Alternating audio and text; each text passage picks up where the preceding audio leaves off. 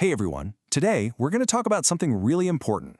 What's the difference between just feeling sad and actual clinical depression? One is a totally normal part of being human, but the other is a serious health condition. So, let's get a clearer picture of this together. We all have those days, right? Or even those weeks where things just feel tough. It's completely normal to feel down when something difficult happens. But what if that feeling just doesn't go away?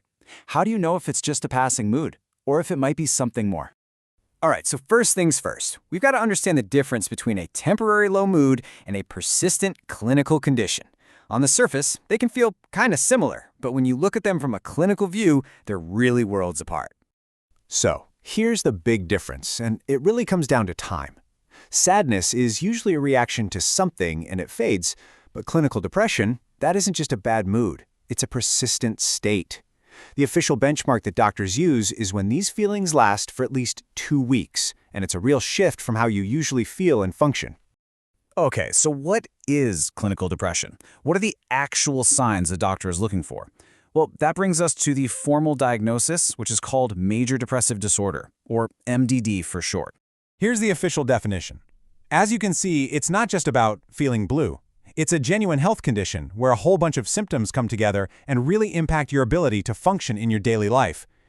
At work, with friends, or in other really important areas. And this is so important. We're not talking about just one feeling here. For a real diagnosis, a doctor is looking for a whole cluster of symptoms, at least 5 of them, all happening within that same 2-week time frame. And here are some of the big ones.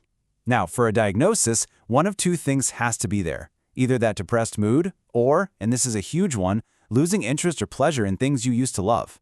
On top of that, you might also see big changes in your sleep, your energy levels, or even have these heavy feelings of worthlessness. So understanding the what is a huge first step, but what can you do about it? Let's talk about some really powerful, actionable steps you can take to support your mental well-being, focusing on things you can do beyond just medication.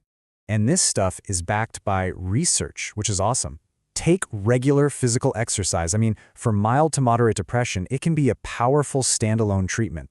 Then there's talk therapy like CBT, which helps you work through your thought patterns. It's been shown to be just as effective as medication for many people. And for those who feel that seasonal dip, light therapy is often a go-to first step. The big takeaway here? You've got options. These are seriously powerful tools you can have in your corner for managing your mental health, whether you use them on their own or with other treatments. But, and this is crucial, it's also about knowing when you might need more support. So let's get really clear on when it's time to stop trying to manage it alone and reach out to a professional. I really want you to hear this. Your well-being is the #1 priority, period. There is zero weakness in asking for help. It's about taking a really important, necessary step for your own health. So what are the red flags? When is it really time to make that call? Here are the clear signs to look for. If your symptoms have been hanging around for more than 2 weeks and they're making it hard to live your life, it's time to talk to a doctor. And most importantly, if you are ever feeling hopeless or having thoughts of self-harm, please seek help immediately.